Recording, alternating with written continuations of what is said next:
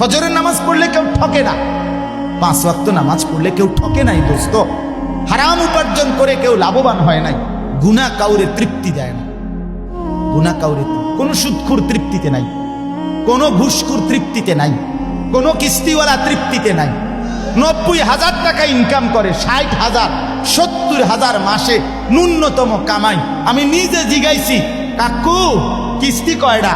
60টা। কিস্তি চলে 60টা, মাসে ইনকাম 70,000। তাহলে 70,000 টাকা ইনকামের পরে যদি কিস্তি চলে 60টা, আমার মসজিদের ইমাম সাহেবের বেতন 10,000 8,000, এবার আর কিস্তি চলার কথা কয় না। কিন্তু ইমাম সাহেবের কোনো কিস্তি নাই, ঠিক কিনা বলেন না?